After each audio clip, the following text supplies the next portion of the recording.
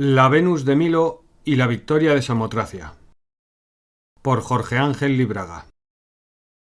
Obras ambas del periodo helenístico, guardadas en el Museo del Louvre en París, resumen en mármol pentélico y de Paros las expresiones corporizadas de dos diosas, Nike y Afrodita. Resumen también dos recónditos misterios que torturan, acompañan o glorifican al hombre desde su aparición en la tierra, la guerra y el amor. En este mundo chato, donde la enanocracia ha reemplazado la guerra por la pelea y el amor por el sexo, las dos imágenes fabulosas nos retrotraen a nuestros ancestros puros y formidables. Ninguna de las dos puede ser comprendida por el turista presuroso. Es necesario meditar por lo menos una hora ante cada una de ellas para empaparse de sus esencias. La victoria, torso de mujer envuelta en túnicas plegadas por la humedad y el viento y sostenida por poderosas alas, de pie en la proa de un navío de piedra, nos habla del triunfo sobre el mal, de la gloria, de la ascensión en miras de un ideal inegoísta y sublime. Es la guerra sagrada, el triunfo sobre la oscuridad, la ignorancia y el miedo.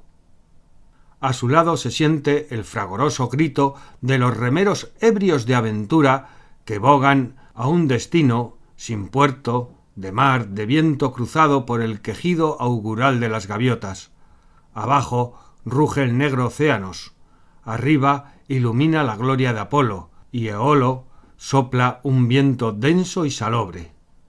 Nos habla de esa gloria irracional y poderosa que transforma al hombre en Dios, de la expresión del alma en un grito mágico sin palabras, largo e inalcanzable, de gargantas hinchadas por un canto viejo y monótono, rítmico y perdurable. Es la imagen misma de la muerte, de la disolución en el espacio infinito, de la inmortalidad consciente e irrestringida, sin infiernos ni paraísos. La Venus es su antítesis y su complemento. Si la Nike es la tensión estática a punto de estallar en el polvo cósmico, la Afrodita es la detención de un instante del movimiento grácil, de la gran curva de una ola cuando se rebate sobre sí misma.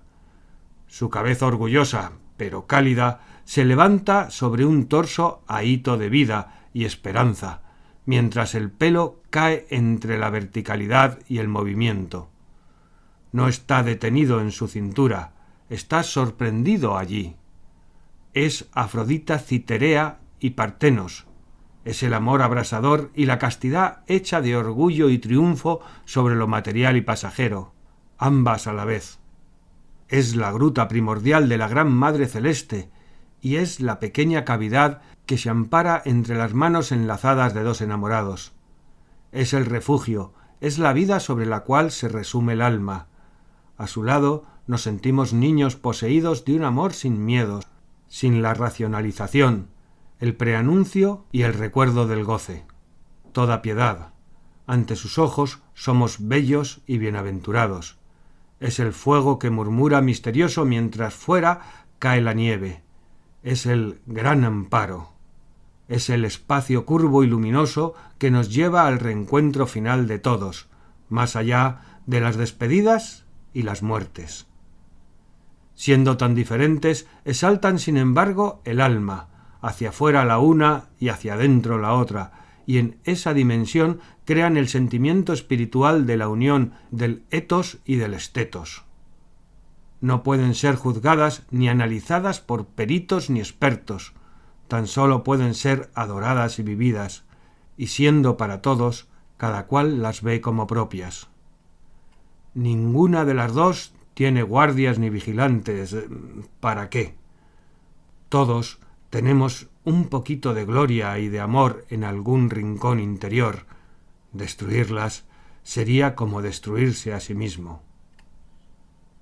Artículo aparecido en la revista Nueva Acrópolis de España, número 158, en marzo de 1988.